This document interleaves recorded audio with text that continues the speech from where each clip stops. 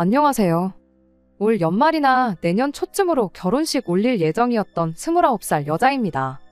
하지만 지금은 깔끔하게 파혼했어요. 파혼한 남자친구를 포함해서 주변 몇 명은 제가 너무 이기적인 것 같다고 했어요. 하지만 저는 그렇게 생각하지 않거든요. 여러분들께서 제 이야기 들어보시고 정말 제가 이기적인 건지 한번 판단해 주시길 부탁드리겠습니다. 남자친구는 친하게 지내던 지인의 소개로 만나게 되었습니다. 남자친구도 그 지인과 친구 사이였고, 그렇다 보니 서로를 모르고 지내던 저랑 남자친구를 이어줬던 거예요. 연애를 시작했을 때 남자친구의 나이가 31살이었습니다. 연애는 횟수로만 치면 3년을 했어요. 남자친구가 결혼하고 싶다는 이야기는 연애 초반 때부터 나왔습니다.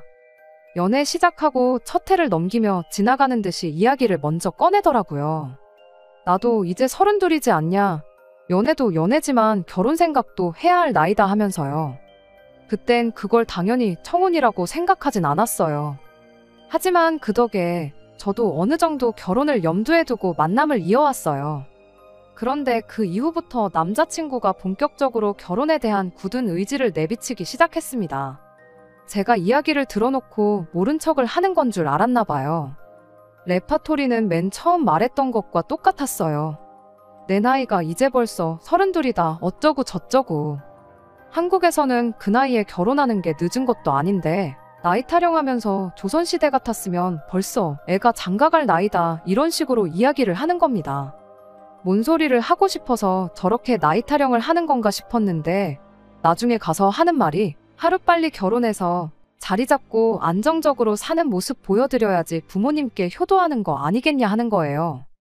그래서 제가 단도직입적으로 남자친구한테 지금 나한테 청혼하는 거냐고 물어봤고, 이렇게 얼렁뚱땅 청혼하는 거면 나는 못 들은 걸로 하겠다. 제대로 똑바로 준비해와라 했습니다. 뭐 요즘에 청혼 받으면 기본적으로 야경 끝내주는 호텔에서 명품 가방 선물 주면서 한다는데 그런 청혼 바래서 그런 것 아니에요. 그런 거 받으면 당연히 기분이야 좋겠지만 그런 것보다 더 중요한 것들이 있잖아요. 결혼을 하려면 꼭 알아야 할 현실적인 것들 말입니다. 결혼을 위해 어느 정도 준비되어 있는지, 앞으로는 어떻게 할 계획인지 같은 구체적인 이야기를 듣고 싶었어요. 심지어 결혼을 하자고 말을 꺼내는 사람이 고작 한다는 소리가 부모님께 걱정 끼치기 싫고 효도하고 싶어서 결혼하겠다라는 말이라면 그 이야기 듣고 결혼을 결심하는 사람이 세상 어디 있겠나요? 그런데 정말 더 충격적이었던 건 남자친구가 제 말을 듣고 나서 현재 자기 상황에 대해서 이야기를 해줬는데 모아놓은 돈이 1,500만 원이 전부였다는 사실이었습니다. 물론 결혼할 때 돈 얼마 가지고 온 것만 가지고 그 사람을 평가할 수 없다는 사실은 저도 잘 알고 있습니다. 하지만 당시 제 나이가 27살 때였는데 대기업도 아니고 평범한 일반 기업에서 사회생활 막 2년 된 햇병아리 사회초년생이었던 저도 당시 2천만 원이 넘는 저금을 가지고 있었어요. 그런데 저보다 5살 많은 남자친구가 결혼하자고 징징 노래를 불러싸던 그 남자친구가 당장 까놓고 보니 5,100만 원도 아니고 1,500만 원이 전부라고 하니 놀랄 노자 황당할 따름이었죠. 그래서 결혼이 그렇게 급한 상황이거든. 나 말고 다른 사람 만나라고 이야기했어요. 돈 얼마 때문에 이별을 하자는 속물이 되는 것 같아서 싫었지만 아무 준비도 없이 결혼을 하겠다고 드는 사람과 미래를 준비하는 것도 답이 없다고 생각했거든요. 제가 뭐 다른 사람들처럼 남자라면 모름지기 결혼할 때 집을 해와야 한다 그런 걸 바라는 건 아니었습니다. 하지만 결혼은 현실이잖아요. 성격 좋은 건 장점이긴 하지만 경제관념 없는 건 아무리 성격 좋다는 거 하나만 가지고 도무지 커버할 수가 없었거든요. 그런데 남자친구가 그럼 자기한테 시간을 좀 달라고 하더라고요. 앞으로 자기 통장에 1억 찍힐 때까지 열심히 저축하겠다. 그리고 나서 청혼을 하겠다. 뭐 이런 식으로요. 1억으로 서울에서 뭐 아무것도 못한다는 사람들이 많긴 했지만 저는 그 말을 믿어보기로 했어요. 어차피 로또라도 당첨되지 않는 한 짧은 시간 내로 남자친구가 그 돈을 만들 수 있는 방법은 없었고 그 사이에 정말 남자친구가 결혼 상대로는 글러먹은 사람이라는 걸 느끼게 되면 굳이 그 돈을 모을 때까지 기다릴 필요도 없이 헤어지면 되는 거라 생각했으니까요. 그리고 무엇보다 저는 당시 결혼 자체가 그렇게 급한 나이는 아니었으니 저한테는 문제될 게 없다고 생각했습니다. 오히려 남자친구가 진짜 1억을 모아오면 지금 당장 모아놓은 돈이 적을지라도 믿음직한 배우자감이 될 수 있을 거라고 생각도 했습니다. 당시 남자친구 연봉이 4천에서 5천 사이였는데 정말 숨만 쉬고 돈만 모은다고 해도 최소 2년은 넘게 걸리는 일이잖아요. 일반인이 허리띠 졸라매서 사는 경우라고 해도 남자친구가 1억을 모으는 데는 최소 3년 반 정도 걸리지 않겠나 생각을 했어요. 3년 반 내로 그걸 해내면 남자친구 나이가 35, 36 될 텐데 나쁠 거 없다 싶었네요. 32 나이까지 모아놓은 돈 한 푼 없는 거나 마찬가지인 무책임한 남자가 좋은 배우자감이 되겠다 생각한 건 그렇게 1년을 더 연애하고 나서였습니다. 원래 저랑 연애 시작할 당시에는 남자친구는 회사 근처에 원룸을 얻어서 거기서 생활 중이었는데 돈 모으겠다고 방 빼고 부모님 집으로 들어갔고 도시락 싸고 다니고 술 담배도 다 끊어버리고 하면서 정말 미친 듯이 돈을 모았나 보더라고요. 1,500만 원밖에 없던 통장은 1년 만에 5천만 원이 넘는 금액이 찍혀 있었어요. 그리고 그때 이 사람이 할 땐 하는 남자구나 하는 생각이 들었지요. 그때부터 저도 남자친구와 결혼을 한다는 걸 염두에 두고 제 월급도 같이 저축을 하기 시작했습니다. 남들이 보면 제가 결혼하려면 남자친구한테 1억 모아오라고 시킨 거나 마찬가지처럼 보일 텐데 저라고 돈 한 푼 없이 결혼할 수는 없었으니까요. 연봉 차이가 있었기에 남자친구가 모으는 돈과 똑같이 모을 수는 없었지만 저도 제 나름대로 최선을 다해 돈을 모으기 시작했어요. 그리고 결혼하면 어차피 공동재산이 될 텐데 제가 모으는 게 돈이 아깝다거나 하는 생각도 들지 않았습니다. 그렇게 쭉 남자친구와 만남을 이어오게 되었고 2년 차에 남자친구 통장에 8천만 원이 넘게 되고 저도 5천만 원 정도 모았을 때 본격적으로 결혼 준비를 시작하게 되었네요. 그게 올해 봄의 이야기입니다. 그렇게 남자친구와는 계속해서 저축을 하면서 결혼 준비를 차근차근 시작하기로 했어요. 남자친구도 이미 결혼하고 싶다는 이야기 꺼내고 2년이나 지났는데 뭐 급하게 할 게 있냐면서 천천히 준비하자는 분위기였고요. 그래서 올 겨울이나 내년 초쯤에 결혼식을 올리자고 결정을 하게 된 겁니다. 그렇게 되면 아마 남자친구는 1억 정도, 저도 못해도 6천에서 7천 사이로 모이지 않겠나 싶었고 그 돈이면 대출 끼고 적당한 전세의 결혼식 비용까지 다 가능하리라 생각됐거든요. 그렇게 본격적인 결혼 준비 시작하고 얼마 지나지 않아서였어요. 제 위로 오빠가 있어요. 저희 오빠는 남자친구와는 나이가 같아요. 오빠랑은 안 보고 지낸 지가 꽤나 오래됐는데 뭐 무슨 일이 있어서 연을 끊고 지내거나 그런 건 아니었고요. 오빠가 군대 다녀오고 나서 미국으로 유학을 가게 되었는데 거기서 알게 된 분하고 가깝게 지내면서 아예 미국에 눌러앉기로 결심을 했었거든요. 자세한 이야기는 모르는데 뭐 운때가 맞아서 영주권도 꽤나 빨리 취득을 했고 시민권도 취득을 했어요. 남자친구랑 다른 점이 있다면 저희 오빠는 비혼주의자로 애초에 결혼에 대한 생각이 전혀 없었던 상황이고요. 그런데 혼자서 10년이 넘는 세월을 혼자 타국에서 지내고 영주권 후원까지 해줬던 분하고 사이가 틀어지면서 아는 사람도 없이 너무 외롭다는 이야기를 하게 되었고 겸사겸사 저희 부모님한테 아예 미국으로 건너와서 살 생각이 없냐고 물어왔었거든요. 부모님은 다 늙어서 말도 안 통하는 나라에서 살 필요가 뭐가 있냐며 거절하셨던 걸로 알고 있었는데 아무래도 오빠가 너무 힘들어하다 보니 부모님이 결국 오빠가 있는 곳으로 이민을 가기로 결정을 하게 되었습니다. 오빠가 사는 지역도 교민들 수가 워낙에 많아서 이야기 들어보니 영어 한마디 못해도 한국 사람 사는데 아무런 문제도 없는 그런 동네라고 했기에 부모님도 그렇게 하기로 결정을 내리셨던 것 같아요. 거기에 이미 저 모르게 해서 초청이민 수속까지 다 받아놓은 상황이었더라고요. 저한테는 따로 말을 하지 못했던 건 외로워하는 오빠 때문에 저를 한국 땅에 혼자 남겨두는 거나 마찬가지였다 보니 어떻게 말을 꺼내야 할지 모르셨다는 것 같아요. 그 와중에 제가 남자친구와 본격적으로 결혼 준비를 시작했다 하니 당신들이 저를 두고 오빠한테 가더라도 제 곁에 저를 지켜줄 사람이 생기는 거나 마찬가지니 안심이 된다 하시면서 그제서야 저한테 이민 사실을 알려주신 거였고요. 원래는 제 결혼식이 끝나고 난 뒤에 떠날 생각이었는데 오빠가 당시 심적으로 너무 힘들어하던 상황이었으니 저희 부모님도 그걸 그냥 두고 볼 수는 없었던 것 같았습니다. 제 결혼식 땐 어차피 오빠도 한국에 와야 하니 일단 먼저 떠나시겠다고 하시더라고요. 대신 혼자 남을 저한테는 살고 계신 집을 증여해 주신다고 하셨고요. 사실 결혼 비용 때문에 고민하면서 가장 큰 문제가 신혼집 문제였는데 생각지도 못한 걸로 신혼집이 생겨버릴 거라고는 상상도 못했습니다. 그렇게 가장 큰 문제가 해결돼 버리니 저도 저지만 남자친구가 제일 좋아하더라고요. 원래는 빌라나 적당한 작은 전세로 시작하려고 했는데 신혼집 문제 완전히 해결돼 버리고 모자라다고 생각했던 돈이 여윳돈이 돼버린 거나 마찬가지였으니까요.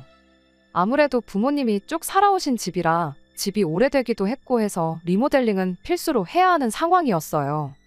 저도 다른 것도 아니고 신혼집인데 이참에 고치는 편이 더 좋겠다는 데에는 당연히 동의를 했고요.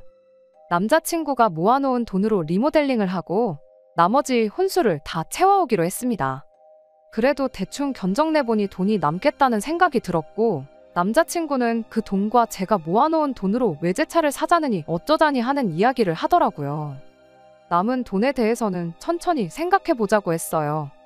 집이 해결되면 맞벌이 하는데 돈 모으는 일은 순식간이라고 생각했고 그 돈으로 다른 곳에 투자를 하든 진짜 외제차를 사든 더 좋은 방법이 있을 거라 생각했으니까요. 예정대로 저희 부모님이 먼저 오빠가 있는 미국으로 떠나시게 되었고 지난달부터 본격적으로 혼수며 리모델링이며 결혼 전에 미리 준비해야 할 것들을 알아보기 시작했습니다. 리모델링 업체를 정한다고 여기저기 다니면서 견적내보고 비교하고 있다가 괜찮아 보이는 분을 만나 그 업체로 정하게 되었어요. 그리고 나서 이제 벽지며 바닥이며 자세한 내용에 대해 처음 상담을 받기로 한 날이었는데 남자친구가 그 자리에 자기 부모님을 데리고 왔더라고요. 업체는 제가 여기저기 다녀보면서 알아볼 거 다 알아보고 정한 건데 한다는 말이 제가 경험도 없고 그러니 괜히 눈탱이 맞을 수 있다고 도와주러 온 거라고 하더라고요. 저도 처음엔 조금 어이가 없긴 했지만 저희 부모님도 벌써 미국으로 떠난 상황이었다 보니 그래도 경험 많은 어른이 같이 있으면 도움이 되지 않겠나 하는 생각이 들어서 같이 업체에 방문을 하게 되었지요. 시작하자마자 남자친구 부모님이 도어락부터 인터폰 같은 건 돈 받지 말고 그냥 해달라고 하면서 업체 실장님하고 조율을 하기에 잘 데리고 왔다는 생각이었어요. 그런데 벽지랑 장판을 고르는 와중이었는데 안방에 들어갈 벽지랑 장판만 다른 걸로 하자고 하시면서 당신들 마음에 드는 걸로 고르시더라고요. 제 스타일도 아닌 걸 억지로 하라고 하시는데 이게 뭔가 싶었어요. 견적 다 내고 나서 같이 식사를 했는데 그때는 분위기상 넘어가긴 했는데 자꾸 안방 벽지랑 장판 이런 게 자꾸 마음에 걸리더라고요.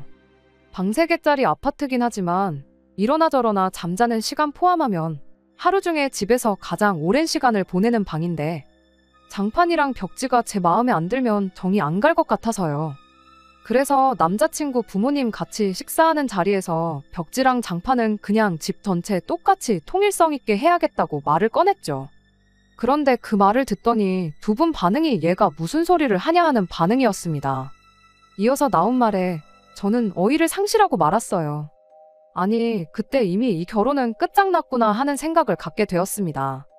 남자친구 부모님이 저한테 한다는 소리가 그 방은 자기들이 쓸 방이니 자기들이 고른 벽지와 장판을 그대로 써야 한다고 대답을 했으니까요. 다른 방도 아니고 신혼집 안방을 쓰겠다는 말이 뭔 소린가 싶었습니다. 오시면 얼마나 오신다고 손님 방으로 써도 되는 작은 방을 두고 안방 이야기를 꺼내나 싶었는데 손님으로 오겠다는 게 아니고 같이 살겠다고 하는 이야기였었으니 말이에요. 남자친구 부모님도 제 반응을 보더니 남자친구한테 아직 말 안 했냐는 듯한 반응이더라고요. 식사 자리 끝나고 나서 부모님하고 같이 들어간다는 남자친구를 붙잡아서 자리를 옮겼어요. 그리고 이게 무슨 상황인지 설명해 보라고 했습니다. 남자친구 반응이 더 어이가 없었습니다. 뭐가 그렇게 당당한지 부모님이랑 같이 살 건데 뭐 문제 있냐는 반응이었으니 말이에요. 오히려 부모님이 같이 살아준다는 걸 제가 고마워해야 하는 상황이라는 말도 안 되는 논리를 펼치기 시작하는 거예요.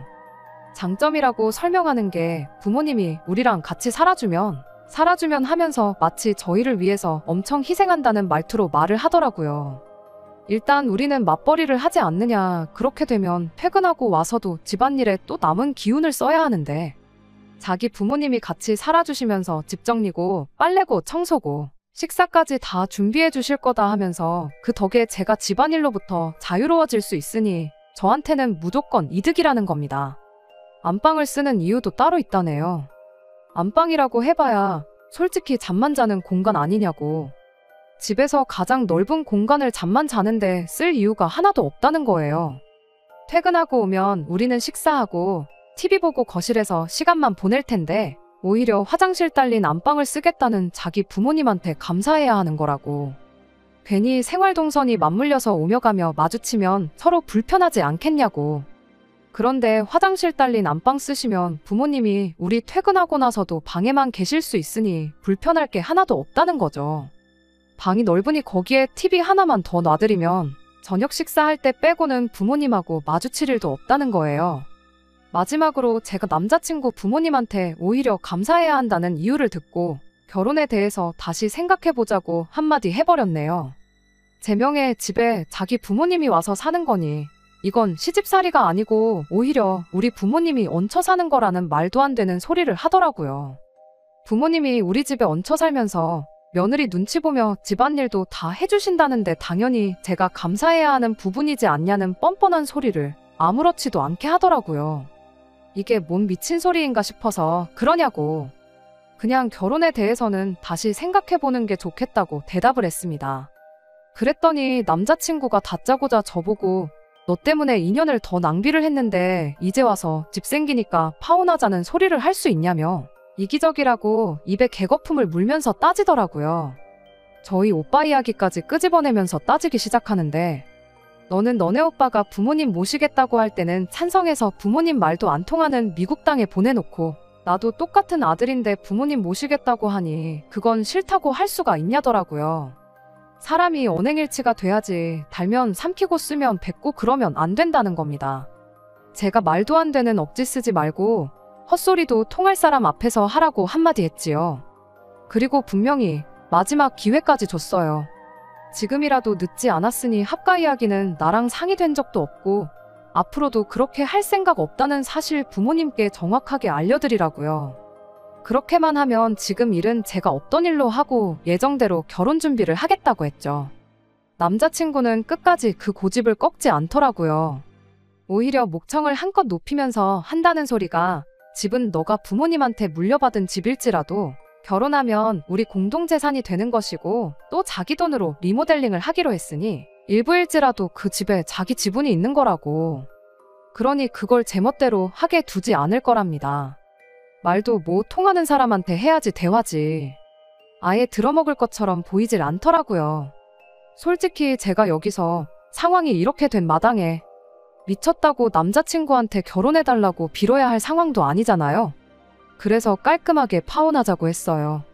나는 분명히 모든 걸 원래대로 돌릴 수 있는 기회를 줬고 할 만큼 한 것 같다고.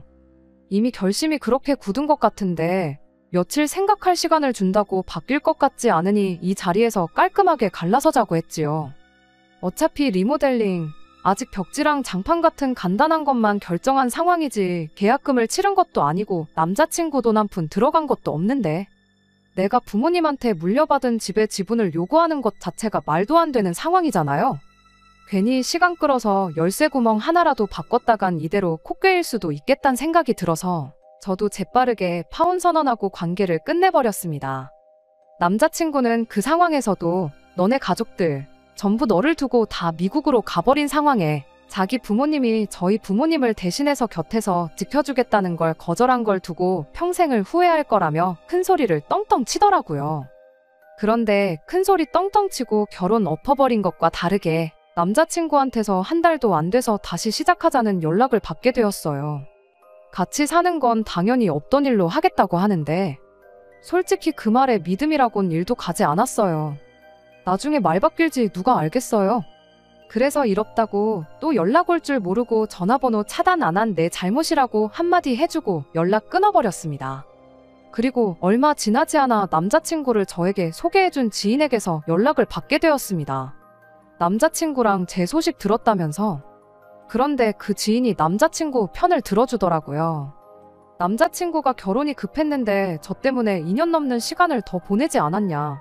중간에 잠깐 문제가 생겼다고는 하지만 결국에는 마지막에 와서 제가 원하는 대로 다 맞춰주겠다고 하는데 그런 사람을 매몰차게 대할 필요는 없지 않느냐면서 중간 입장에서 보기엔 남자친구 잘못만 있는 게 아닌 것 같으니 이기적으로 굴지 말고 좋게 잘 해결하라는 거예요. 3년이나 만났고 결혼 전제로 인연을 만나놓고 파혼하는 건 경우가 아닌 것 같다고 하면서 말이에요. 그 지인한테는 입장 바꿔 생각해보라고 한마디 해줬어요. 언니가 내 상황이었으면 이 결혼했을 거냐고 그렇게 생각하면 저는 그럴 생각 추호도 없으니 언니야말로 그런 사람 만나서 결혼하라고요. 남자친구한테도 제대로 전해주라고 했어요. 어디 가서 나 때문에 2년 시간 낭비했다는 소리 하지 말라고요. 정말 시간 낭비했다는 생각이 들면 통장부터 보고 오라고 전해달라 했죠. 애초에 2년 전에 저랑 헤어졌다고 1,500 가지고 결혼이나 했겠냐고. 지금 통장에 1억 가까이 모으게 해준 나한테 엎드려 절해도 모자랄 판 아니지 않냐고 한번 물어보라고 했네요.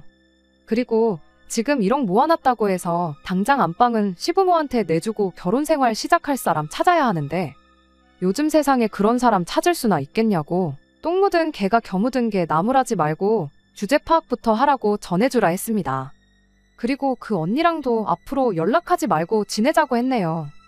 가까이 지내던 지인과 남자친구 두 사람을 동시에 잃게 되었는데 솔직히 전혀 아쉬운 점이 없습니다. 오히려 제 인생에 가장 쓸모없는 두 사람 내쳐버렸으니 저한테는 이득이라고 생각해요.